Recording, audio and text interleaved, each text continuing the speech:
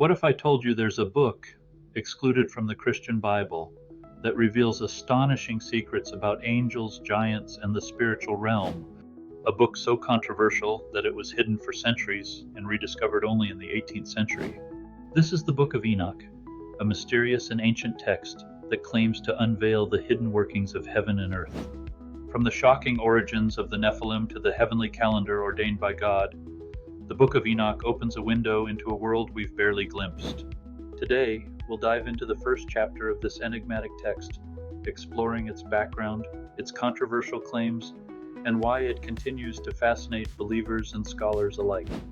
By the end, you'll have a deeper understanding of this forgotten book and its connection to biblical history. Let's begin. The Book of Enoch is an ancient Jewish text attributed to Enoch, the great-grandfather of Noah.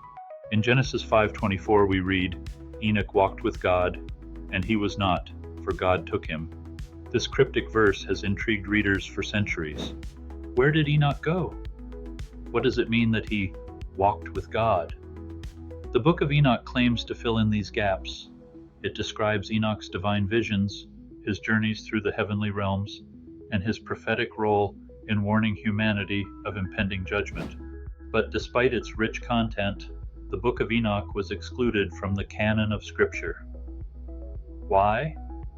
While early Jewish and Christian communities valued the text, it was later rejected for various reasons. Some suggest its vivid descriptions of angels and giants were too speculative. Others point to theological conflicts, particularly with its apocalyptic tone and the idea of fallen angels influencing humanity. Yet its influence persisted.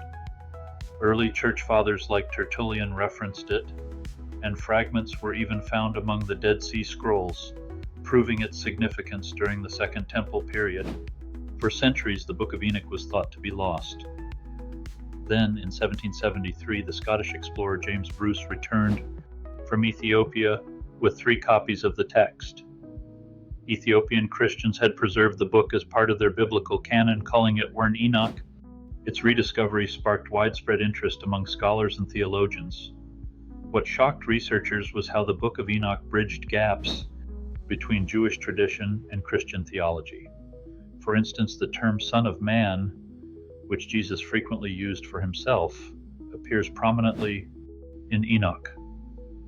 The book also delves into cosmic battles, angelic hierarchies, and divine judgment, themes that resonate with parts of the New Testament. One particularly fascinating connection comes from the New Testament itself. In Jude chapter 1, 14-15, the Apostle Jude directly quotes from Enoch, saying, "Enoch, the 7th from Adam, prophesied about them. See, the Lord is coming with thousands upon thousands of his holy ones to judge everyone." This quote is nearly word for word from the Book of Enoch. It raises profound questions. Did early Christians view Enoch as inspired scripture? Was it a widely accepted text among Jewish communities in the Second Temple period? Interestingly, some early theologians, such as Tertullian, argued for its inclusion in the canon. However, others found its content, particularly its vivid depictions of angelic rebellion and divine judgment, to be too speculative or theologically challenging. Its exclusion from the Bible did not erase its impact. Rather, it became a mysterious and controversial text that continues to inspire curiosity. One of the most captivating sections of the Book of Enoch is its account of the Watchers. These 200 angels were tasked with observing humanity. Known as the Grigori in Greek, they were meant to guide and protect humans, but instead, they became corrupted. The Book of Enoch recounts how the Watchers lusted after human women. Their leader, Semjaza, feared he alone would bear the blame for their actions. So he made the other angels swear an oath to join him in this rebellion. Together they descended to earth, took human wives, and fathered a race of giants called the Nephilim. The Bible briefly mentions the Nephilim in Genesis 6:4. The Nephilim were on the earth in those days, and also afterward, when the sons of God went to the daughters of humans and had children by them. The Book of Enoch expands on this verse, describing the Nephilim as beings of immense size and strength who brought violence and chaos to the earth. Their existence, according to Enoch, was one of the primary reasons for the flood during Noah's time. The Nephilim's actions were not limited to physical destruction.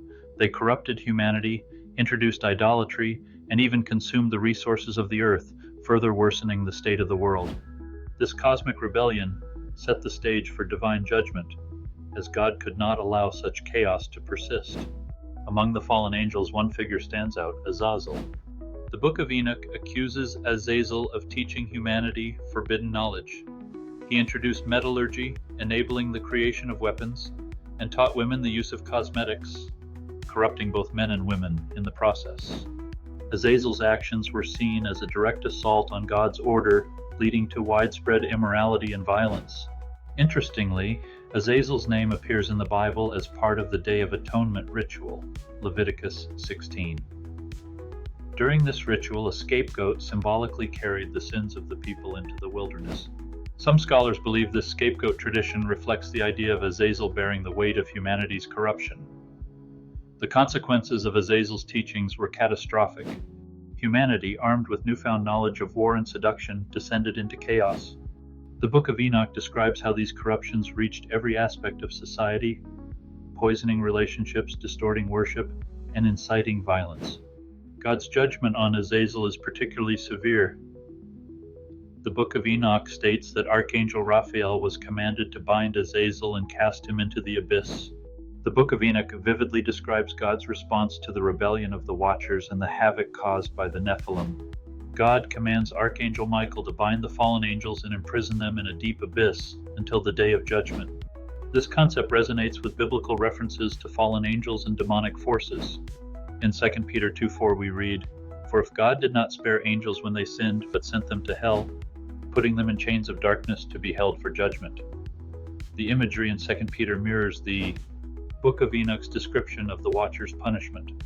These rebellious angels are not annihilated but confined, awaiting their final judgment.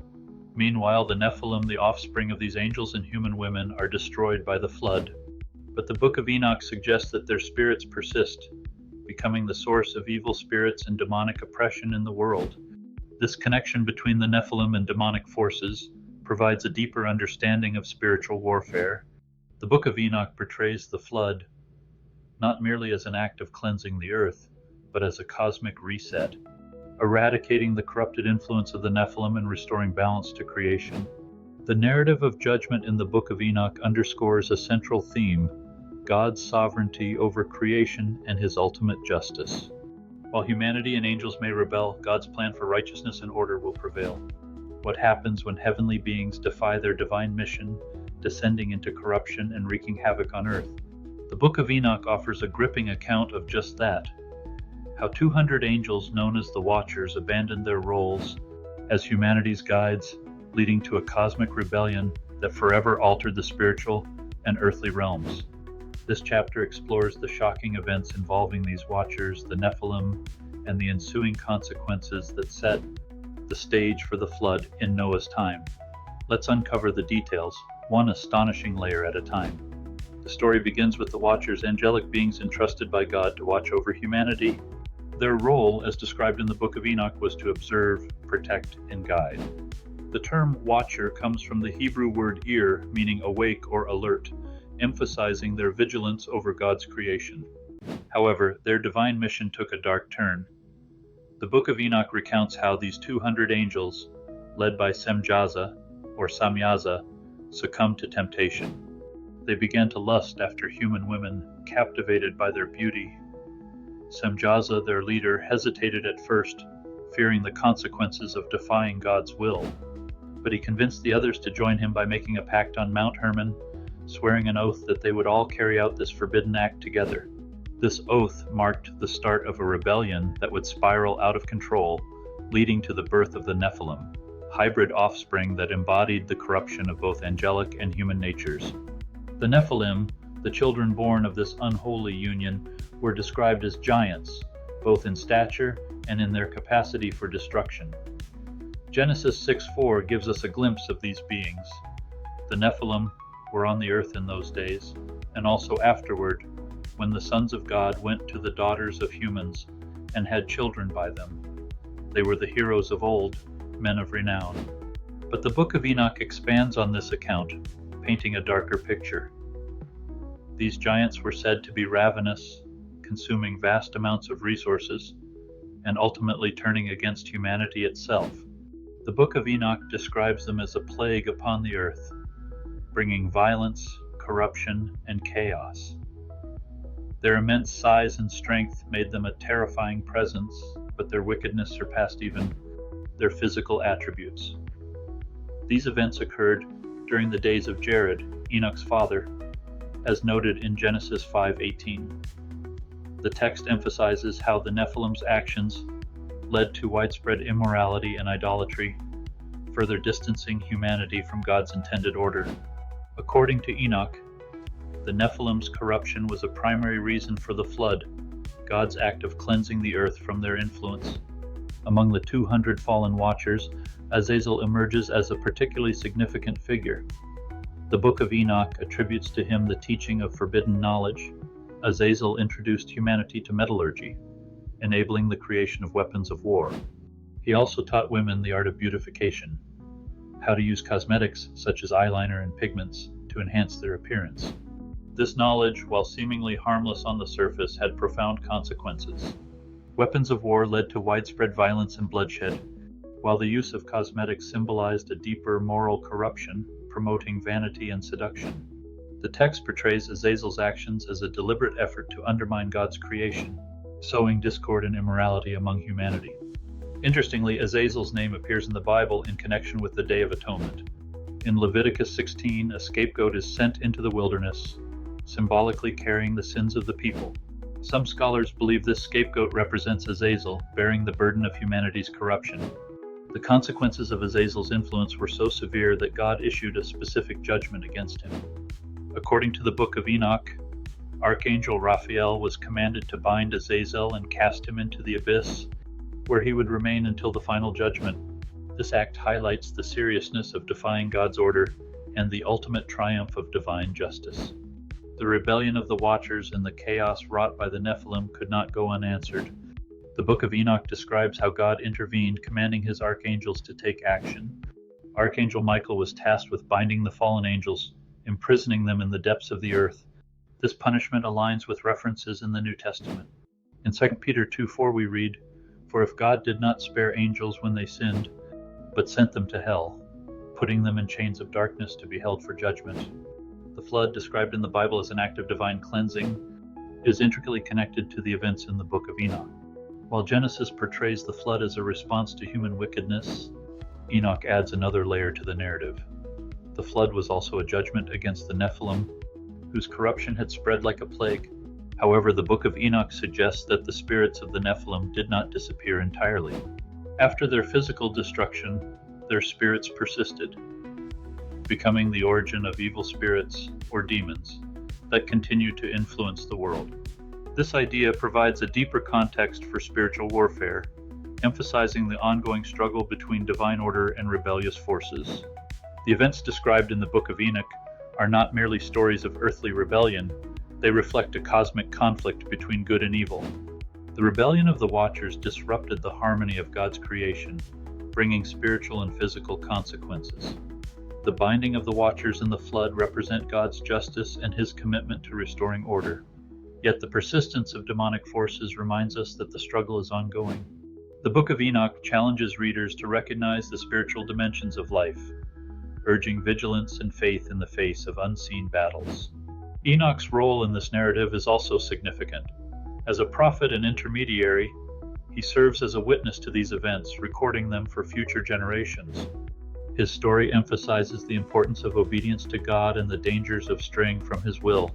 The Nephilim, as described in the Book of Enoch, were not just giants in stature, but also in their capacity for destruction. These half-angelic, half-human hybrids were said to be 300 cubits tall, approximately 450 feet.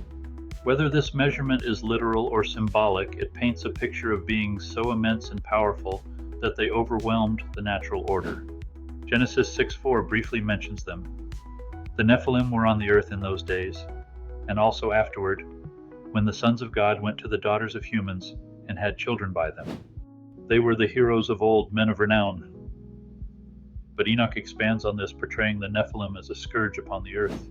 They consumed vast resources, leaving humanity and nature devastated. When food ran out, their insatiable hunger turned them into predators of humanity, and their violent tendencies only deepened the chaos. This catastrophic disruption of the natural order set the stage for divine intervention. The Book of Enoch suggests that the Nephilim's corruption extended beyond physical destruction. They led humanity into idolatry, sorcery, and a complete rejection of God's law. Their influence, fueled by the forbidden knowledge imparted by the Watchers, tainted every aspect of human life, pushing the world to the brink of annihilation.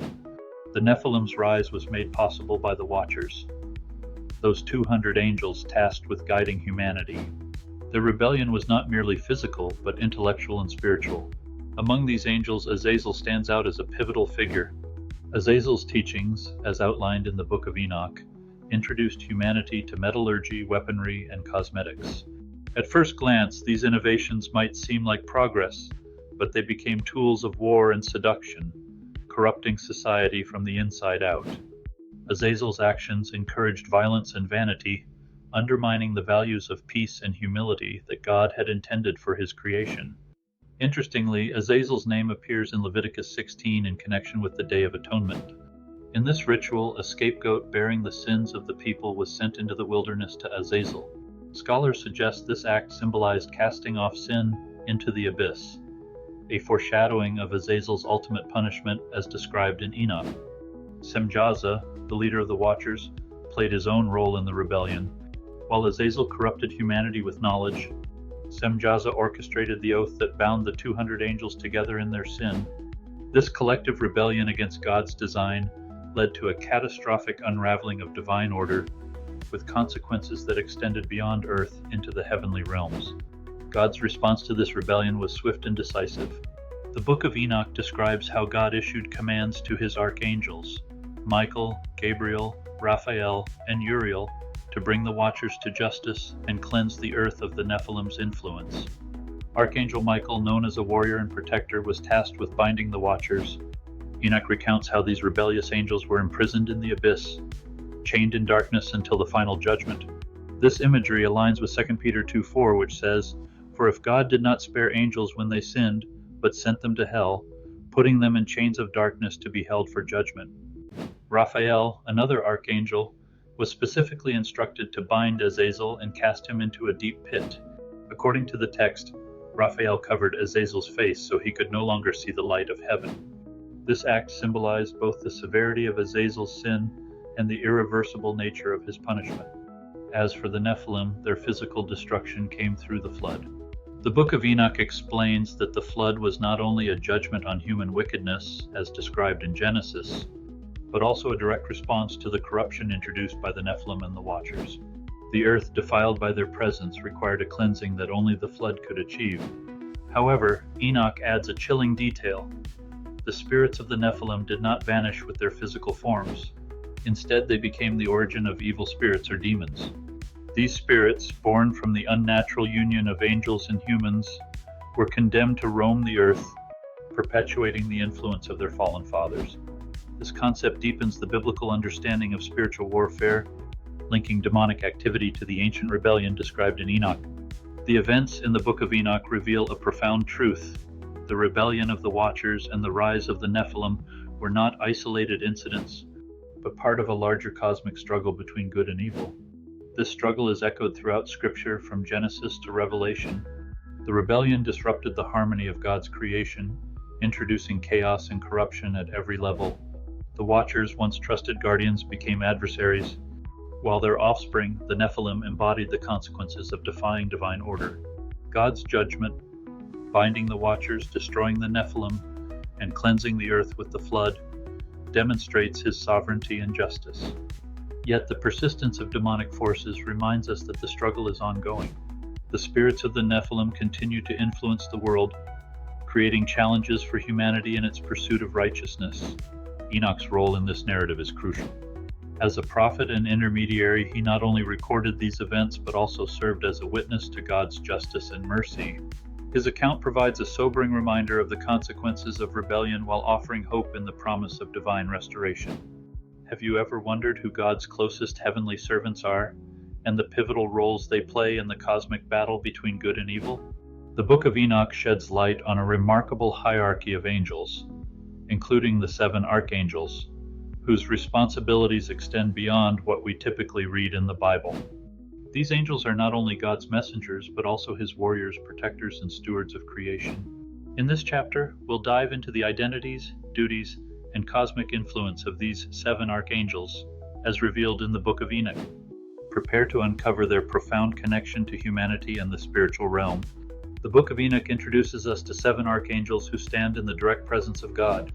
These angelic beings are tasked with specific roles that encompass justice, mercy, guidance, and protection. Their names, Michael, Gabriel, Raphael, Uriel, Raguel, Sariel, and Remiel, are laden with meaning, reflecting their divine missions. Michael.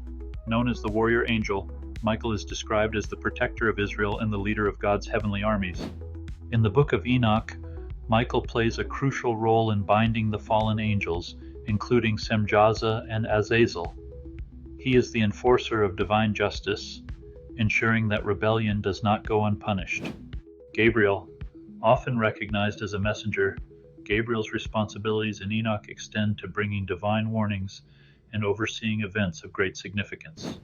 In the New Testament, Gabriel announces the births of John the Baptist and Jesus, highlighting his role as a harbinger of God's plans.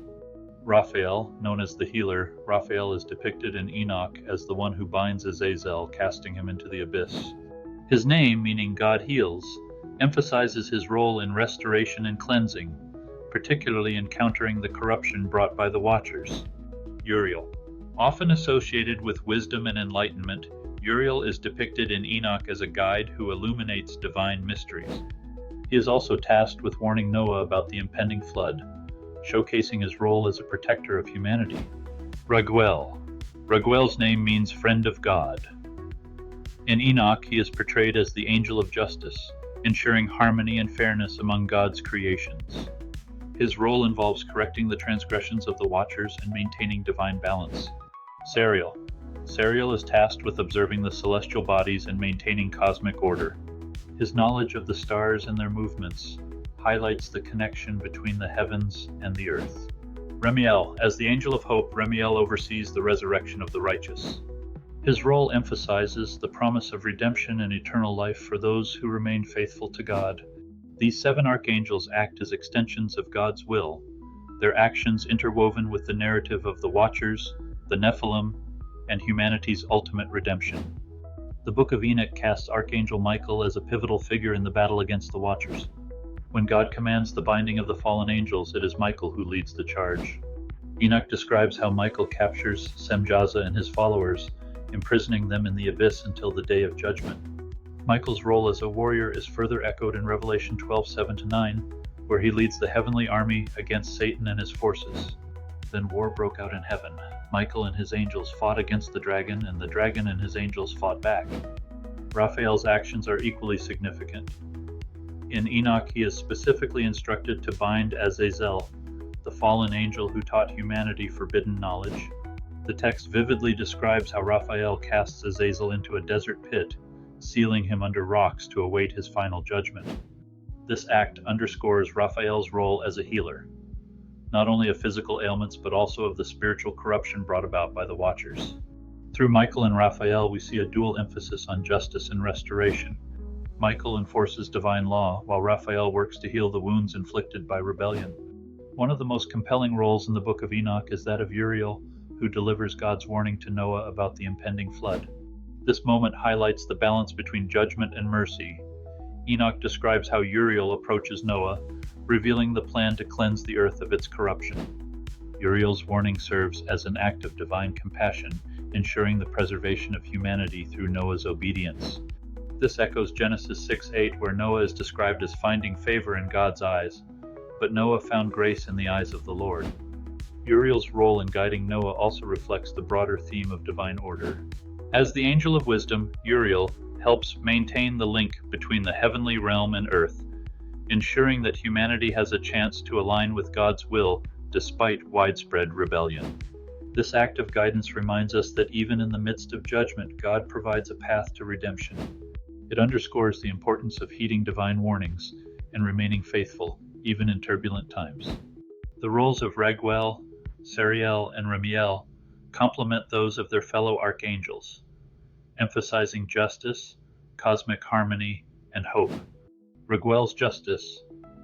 Raguel is tasked with ensuring that the Watchers face the consequences of their rebellion. According to the Book of Enoch, the Watchers, those fallen angels who defied God, imparted forbidden knowledge to humanity, knowledge that forever altered the course of human history. These revelations, though seemingly beneficial, led to widespread corruption and a descent into chaos. In this chapter, we'll uncover how the Watchers' teachings impacted humanity and how these seemingly progressive gifts brought devastation upon the earth. The Watchers' rebellion was not merely an act of lust or disobedience, but also a dissemination of secrets that were never meant for human hands. The Book of Enoch outlines the areas of knowledge the Watchers imparted, each having profound implications for humanity. Metallurgy and weaponry. Azazel, a central figure among the Watchers, taught humanity the art of crafting tools and weapons. While metallurgy led to technological advancements, it also introduced instruments of war, enabling humanity to wage destruction on an unprecedented scale. Cosmetics and seduction. Azazel also revealed the art of beautification, teaching women to use pigments, eyeliners, and adornments. Though seemingly innocuous, this knowledge encouraged vanity and seduction, further distorting the moral fabric of society. Astrology and divination. Other Watchers revealed the secrets of the stars, teaching humanity astrology and the movements of celestial bodies. This knowledge, while insightful, was misused to create divination practices and idolatrous worship, drawing people away from God.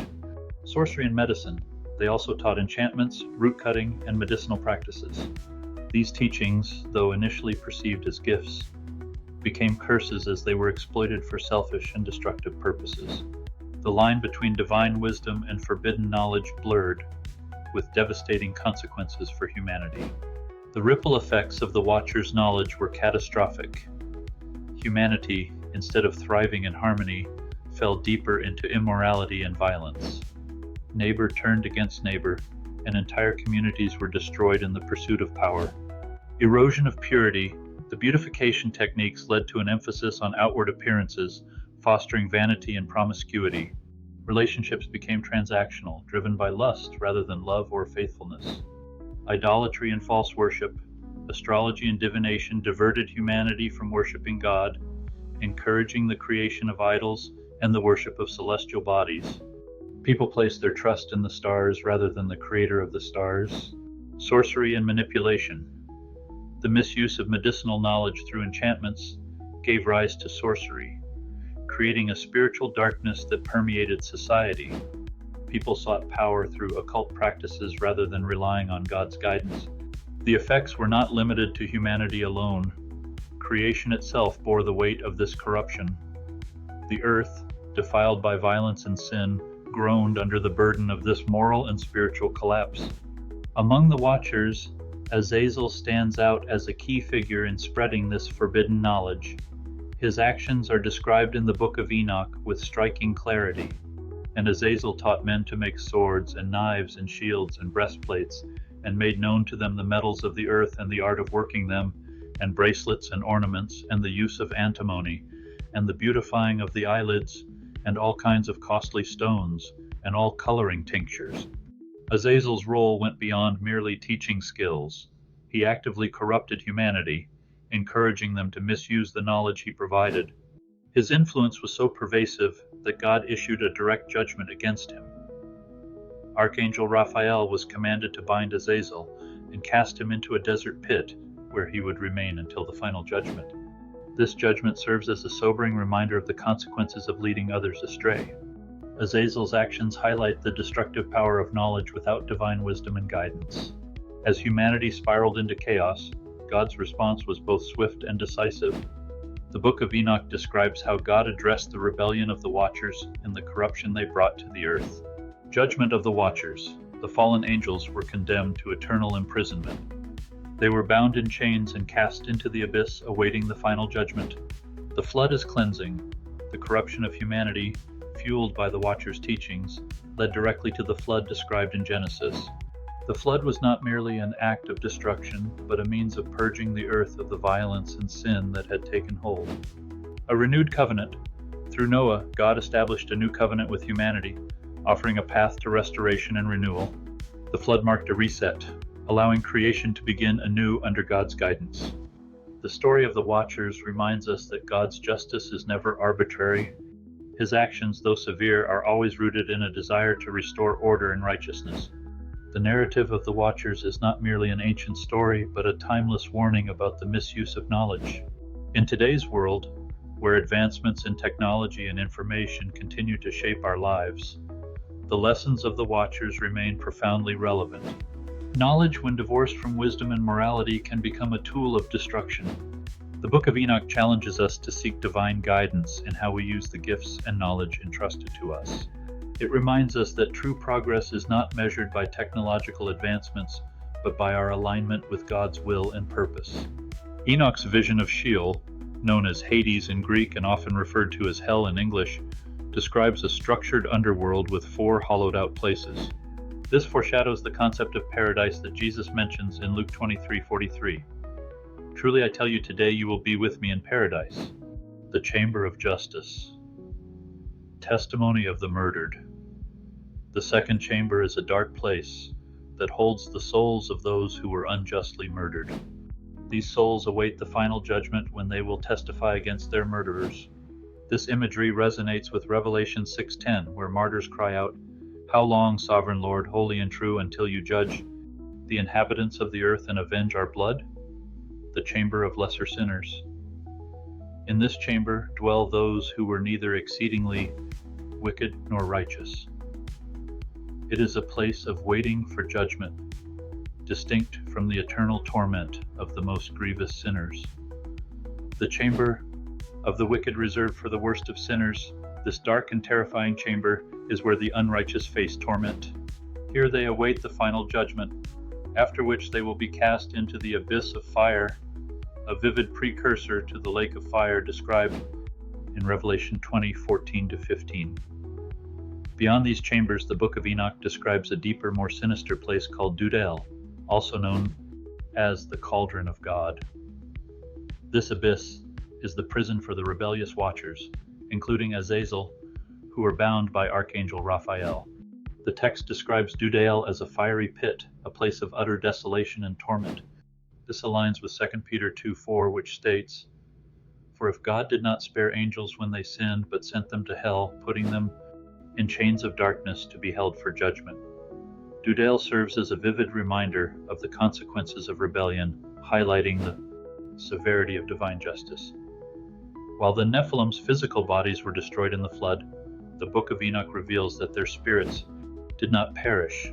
Instead, they became disembodied entities, evil spirits tasked with tormenting humanity. These spirits, unable to ascend to heaven or return to Sheol, remain on earth as agents of chaos and destruction. Evil spirits' role. These spirits are said to wander the earth, seeking to corrupt and oppress humanity. The Book of Enoch states, "And now the giants who are produced from the spirits and flesh shall be called evil spirits upon the earth, and on the earth shall be their dwelling, their hunger and malice." These spirits retain the insatiable hunger of the Nephilim, perpetually consuming without satisfaction. They incite violence, spread lies, and corrupt human hearts, continuing the legacy of their fallen fathers. New Testament parallels. This concept resonates with the New Testament's descriptions of demonic forces. In Matthew 12:43, Jesus says, "When an impure spirit comes out of a person, it goes through arid places seeking rest and does not find it." These evil spirits embody the ongoing spiritual battle against darkness. Despite their influence, the Book of Enoch assures readers that these spirits will not escape judgment. At the appointed time, God will cast them into the lake of fire alongside their fallen angelic fathers. This echoes Revelation 20:10, where the devil and his followers are thrown into eternal fire. The persistence of these spirits serves as a reminder of humanity's vulnerability to spiritual warfare. However, it also underscores God's ultimate sovereignty and his plan to restore creation. Who is the Son of Man? The Book of Enoch presents a fascinating, mysterious figure with divine authority who will judge the living and the dead, destroy the wicked, and usher in a new age of righteousness. His descriptions in Enoch are startlingly similar to New Testament portrayals of Jesus Christ.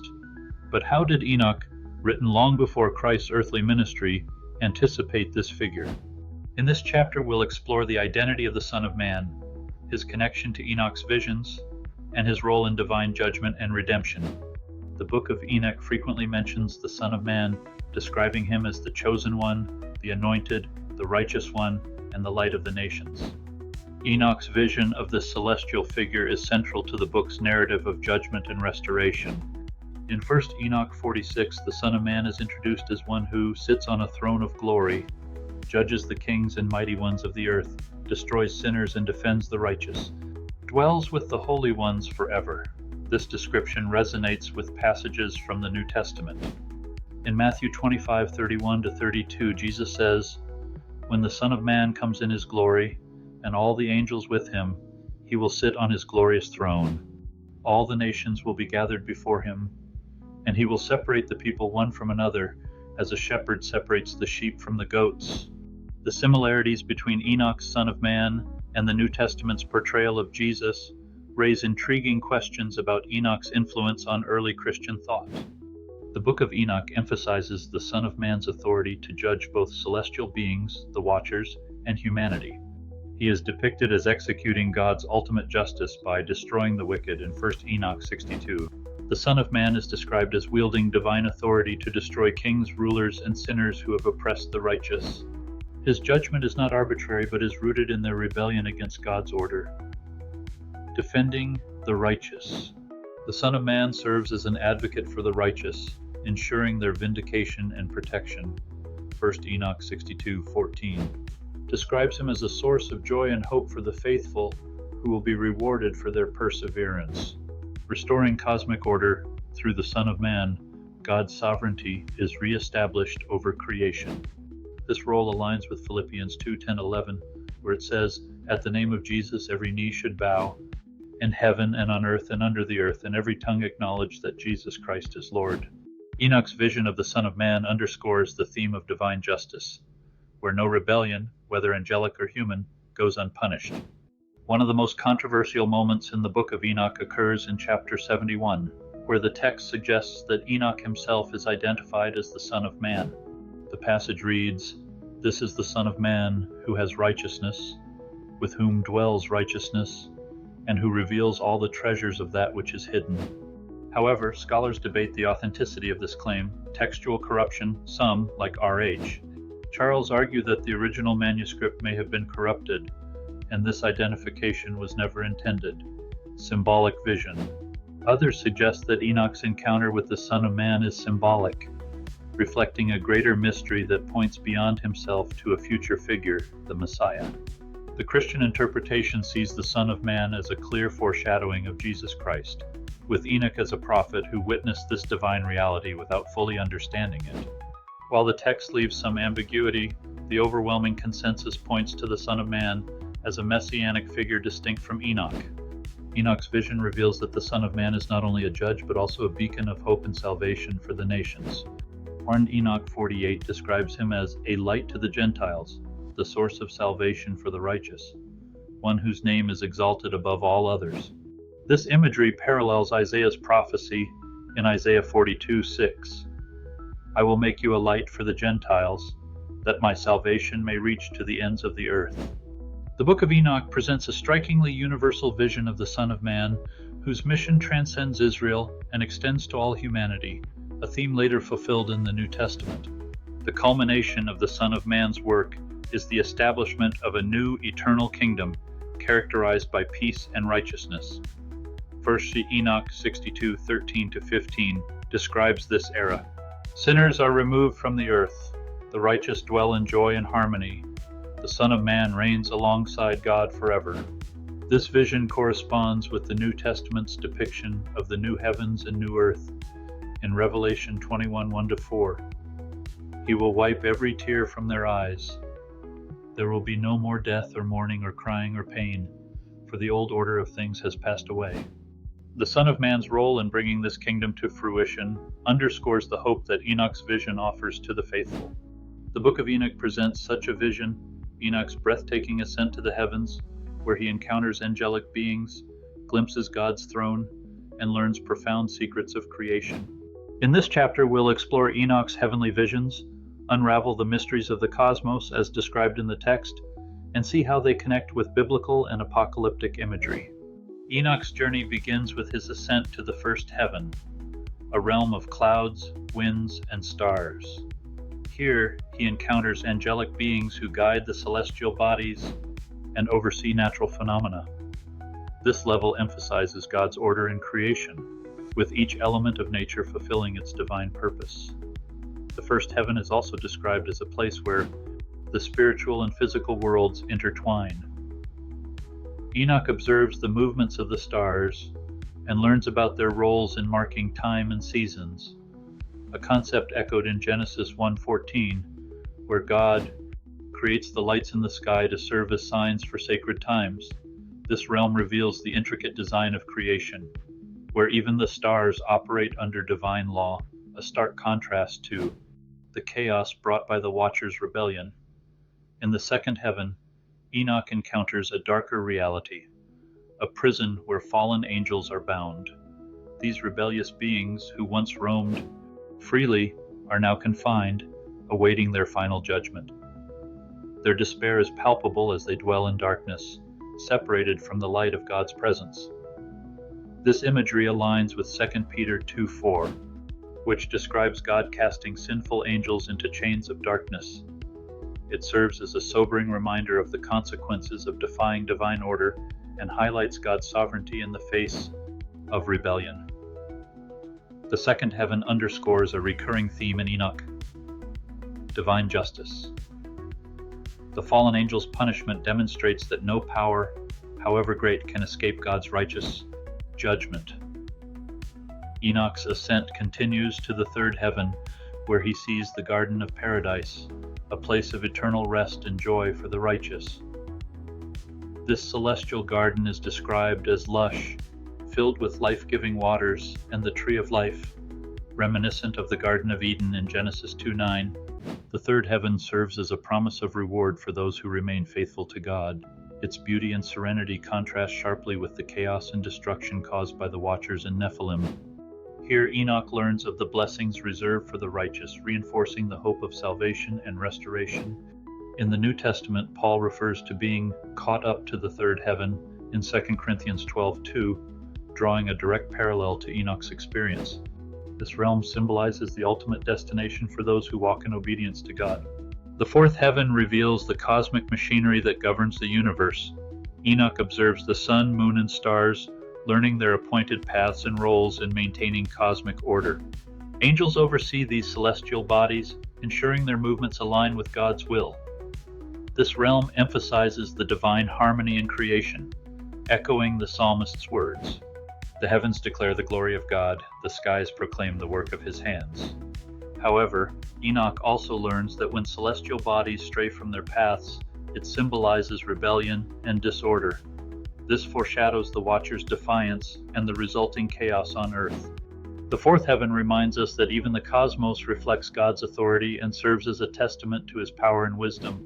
In the fifth heaven, Enoch encounters angels who mourn the rebellion of their brethren. These angels, though not fallen themselves, are deeply affected by the corruption introduced by the Watchers. Their grief highlights the interconnectedness of the celestial and earthly realms. Sin and rebellion have ripple effects that reach even the heavens. This realm introduces a profound element of compassion and solidarity.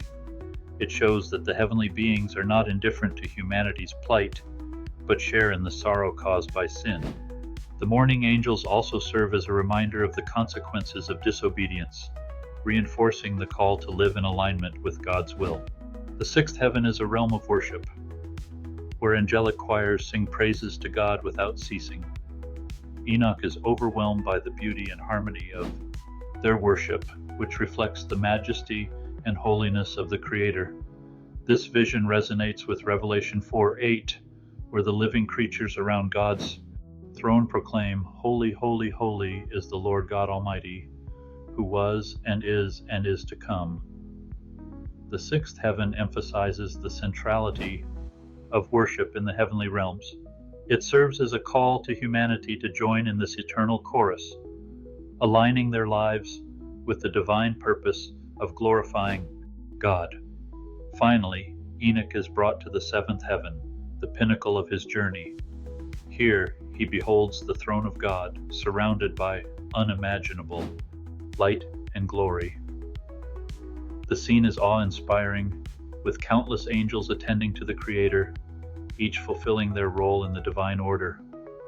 The throne room is described in terms that echo Isaiah 6:1-4 and Revelation 4, where God is depicted as reigning in majesty, surrounded by heavenly beings. Enoch's vision of the divine throne reinforces God's ultimate authority over all creation. In this realm, Enoch receives revelations about the future, including the final judgment and the establishment of God's eternal kingdom. The seventh heaven serves as the culmination of his journey, where he is entrusted with profound truths to share with humanity.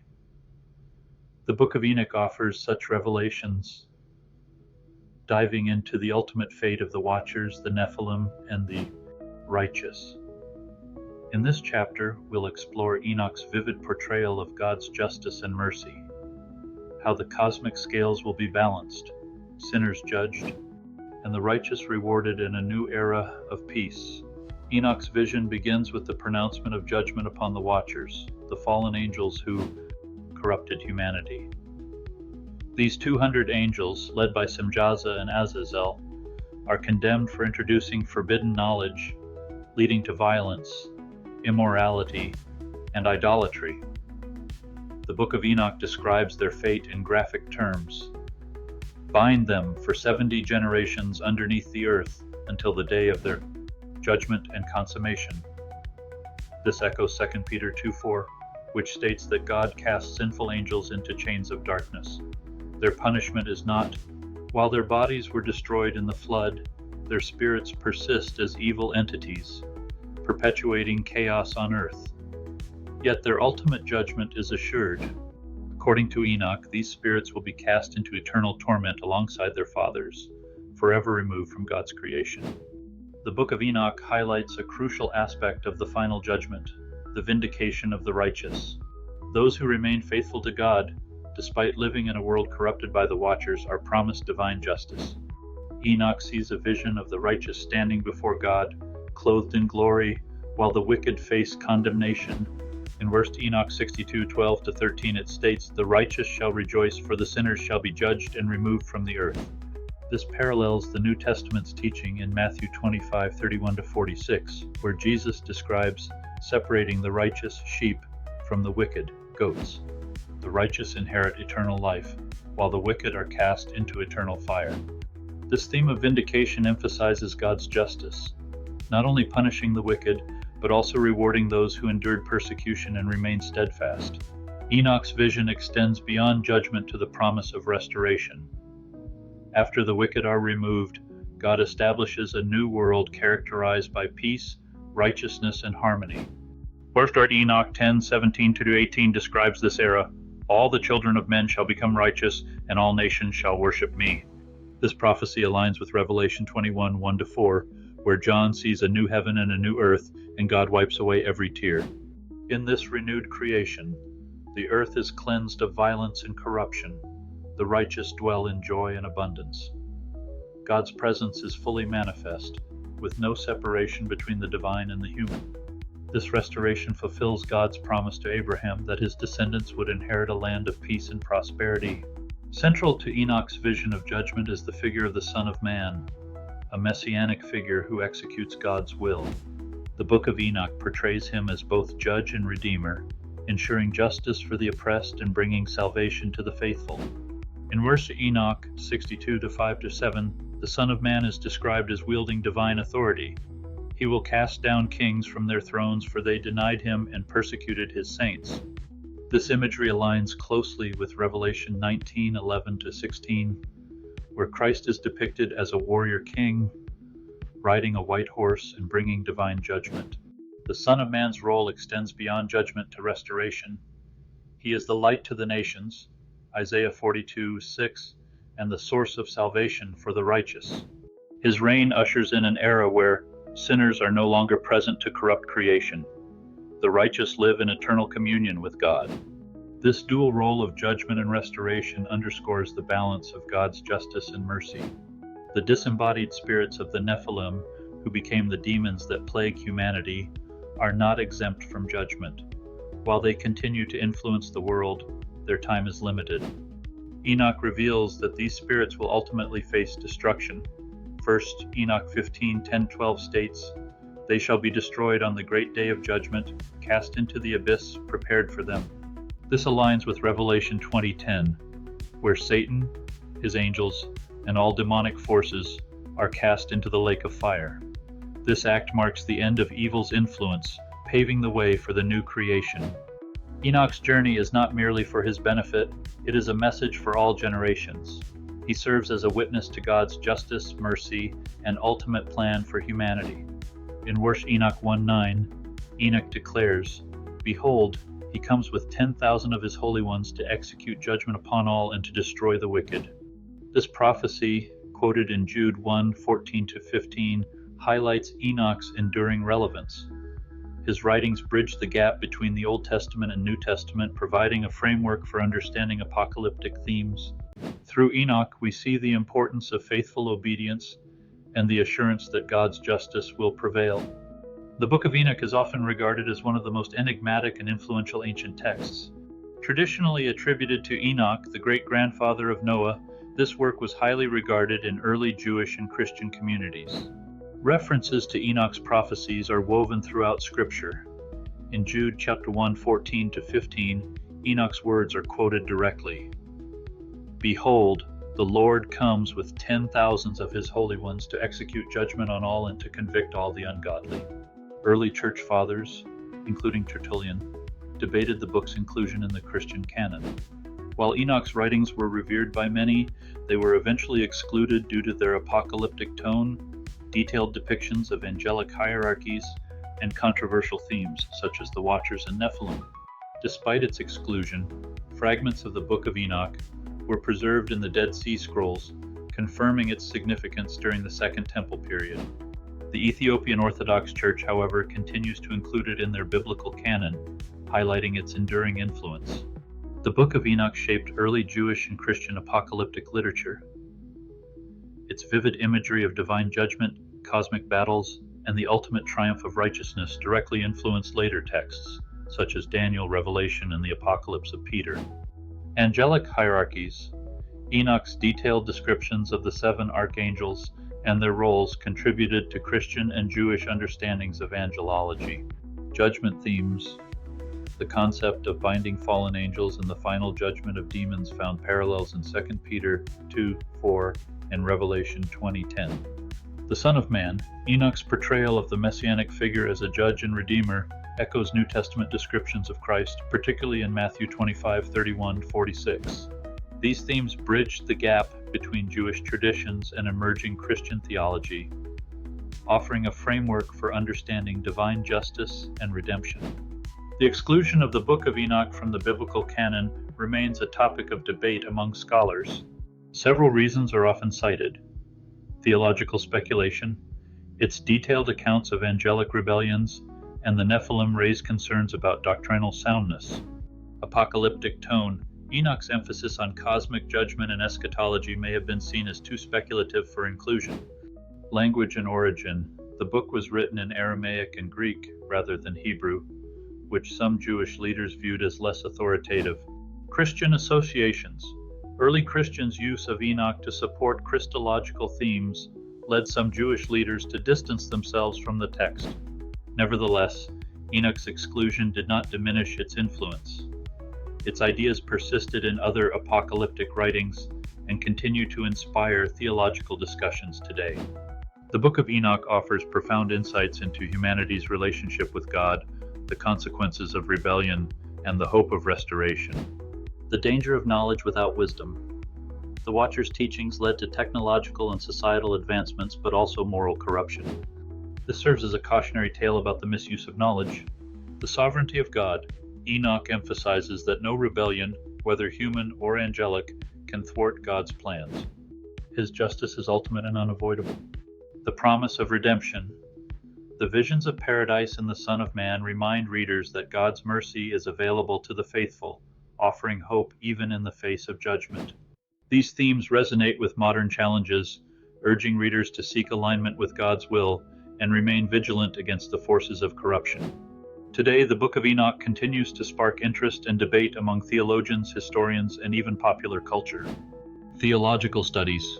Scholars examine Enoch for its contributions to angelology, eschatology, and Second Temple Judaism. Its insights into apocalyptic themes shed light on the development of early Christian thought. Cultural impact.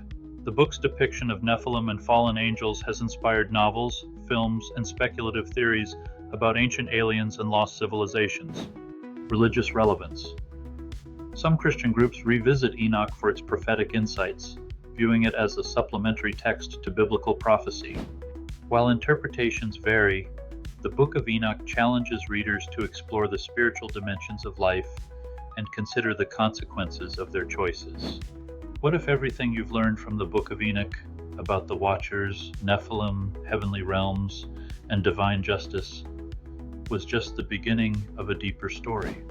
As we close, we're stepping back to see the big picture, what Enoch's writings mean for humanity, how they connect with biblical scripture, and why their lessons are more relevant than ever.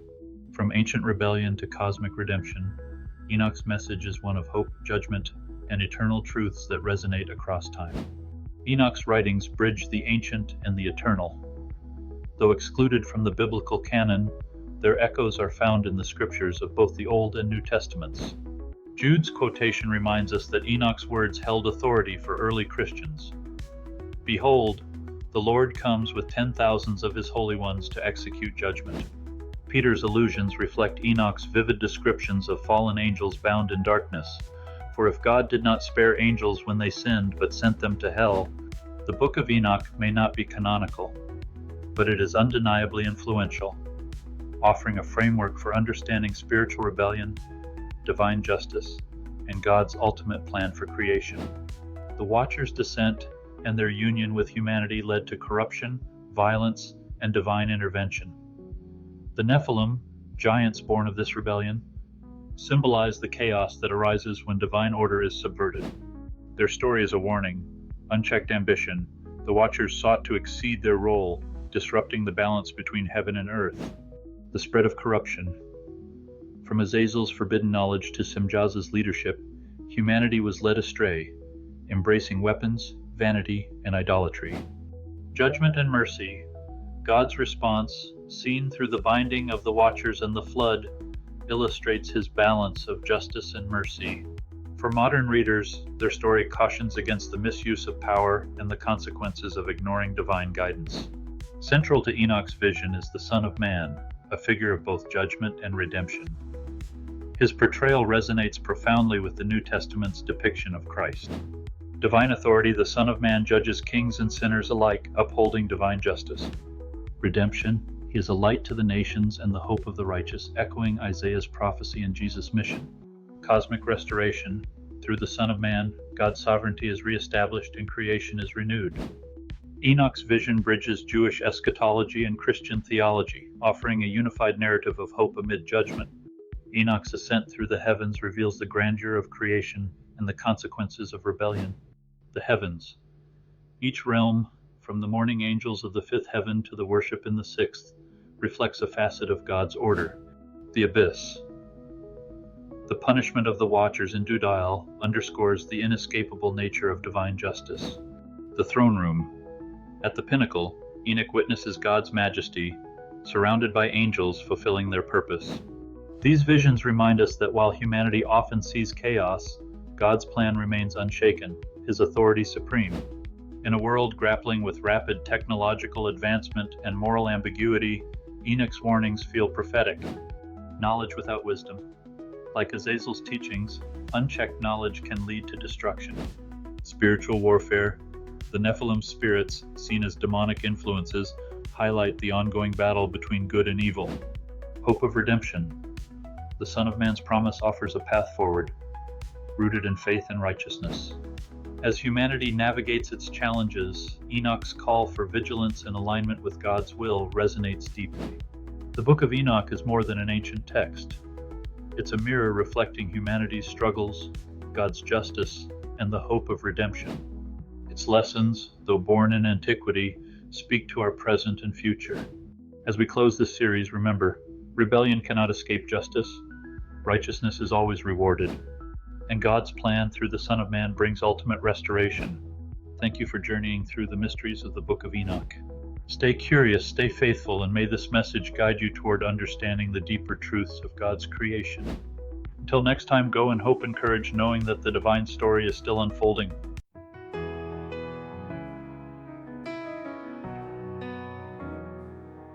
David stood on that battlefield, a shepherd boy with a sling, facing the giant fierce and bold, who wore the armor of a king. The world saw just a boy alone, but they couldn't see his heart. For David knew the battle's end before it even had to start. He said, "You come with sword and spear, but I come in the Lord's great name. The battle's his, the victory sure. In his strength I make my claim. Faith to face the giant, courage in the storm. When the world sees just a shepherd, God's power is reborn. For every fear that rises, for every mountain tall, the battle is the Lord's, and he will conquer all."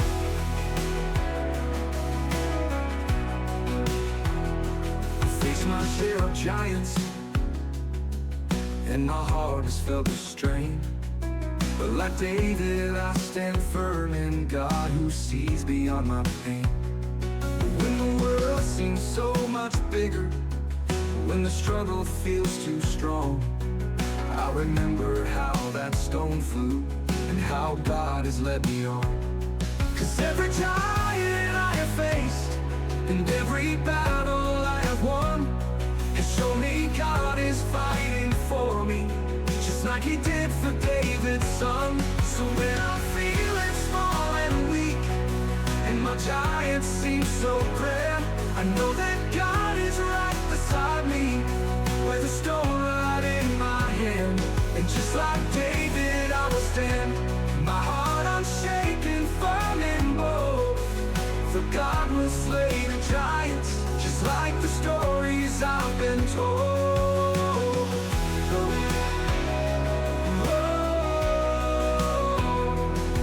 Lori, the song is just for you, a mother with a heart so strong. You face your giants bravely, through every tear, through every wrong. And God has seen each battle fought, and wiped away your every tear. He stood beside you in the valley, he's chased away your every fear. So just remember David's sling, remember that you're not alone. The battle is the Lord's, and he's bringing every giant down. So let the giants come our way, let the mountains rise and fall. For the God who led young David is the God who leads us all. And with each stone that finds its mark, and every giant that falls down, remember it's God's victory, for his love will wear the crown. Faith to face the giant, courage in the storm. When the world sees just a shepherd,